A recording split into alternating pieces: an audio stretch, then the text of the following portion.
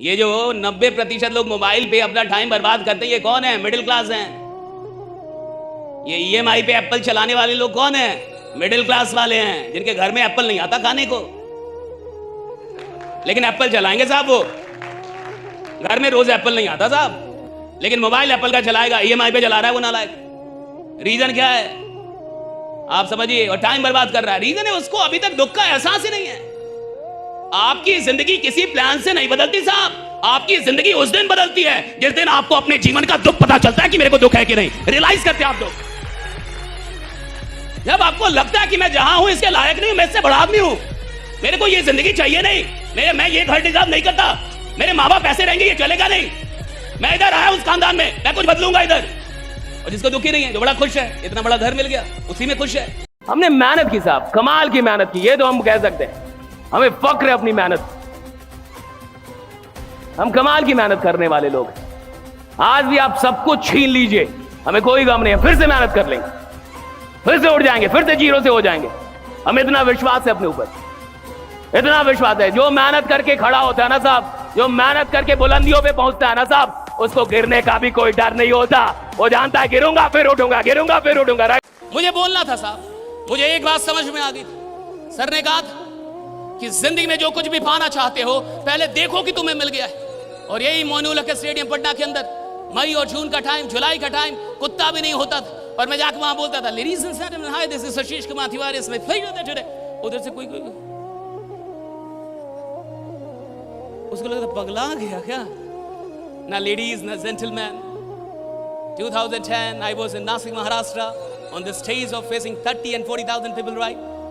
2010 में 40-50 हजार लोग, और मैं बोल रहा था, ladies and gentlemen, hi this is Sashish Kumar Tiwari. और विश्वास मानिए, सफलता आनंद नहीं देती, सफलता आनंद नहीं देती। सफलता के लिए जो संघर्ष किया गया है वही संघर्ष आनंद में परिवर्तित होता है। आपको संघर्ष याद आता है, जिसको दुख होता है वो कुछ करता है साहब। जिस लड़के की मां किसी के घर में बर्तन धोती है, जिसके पिता रिक्शा चलाते हैं साहब, वो पढ़ता है, उसको पता है मां बर्तन धोती है किसी के घर में, उसको दुख है। वो देखता है कि मेरी मां बर्तन धोती है 10 घरों में, वो देखता है कि मेरे पिता रिक्शा चलाते हैं, उसको दुख है, वो कुछ करेगा साहब। और अमीरों के बच्चे उधर जाके कोटा में और कई जगह उनको भेजेंगे, एसी कमरे में रखेंगे, लाखों रुपए खर्च करेंगे, नालायक बन के लौटेंगे। और वो किसी झुग्गी झोपड़ी से आईएएस बन जाता है। कैसे बनता है? दुख, दुख है, दुख बनाता है इंसान को बड़ा।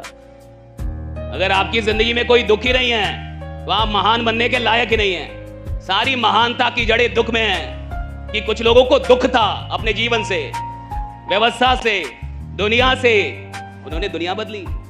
आदमी कमजोर कौन है? जो जिंदा है साहब, वो कमाल का आदमी है, जिसकी सांसें चल रही है, वो बहुत शक्तिशाली आदमी है।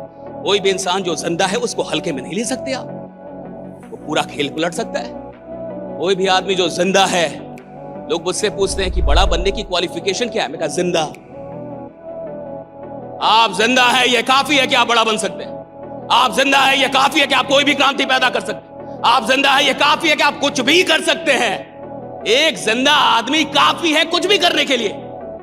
सवाल इसका है नहीं कि वो पढ़ा लिखा है कि नहीं, सवाल इसका है नहीं वो पीएचडी है कि नहीं, सवाल इसका है नहीं कि उसके में कितना ज्ञान है, सवाल है नहीं इसका कि वो कितना जिंदा है कि नहीं। That's it, why not? कोई इंसान जो जिंदा है वो काबिल है कुछ भी हासिल करने के लिए। Now the question is this, कि वो जिंदा आदमी उतनी ही शक्तियों का दोहन कर पाएगा जितने बड़े ख्वाब देख पाएगा।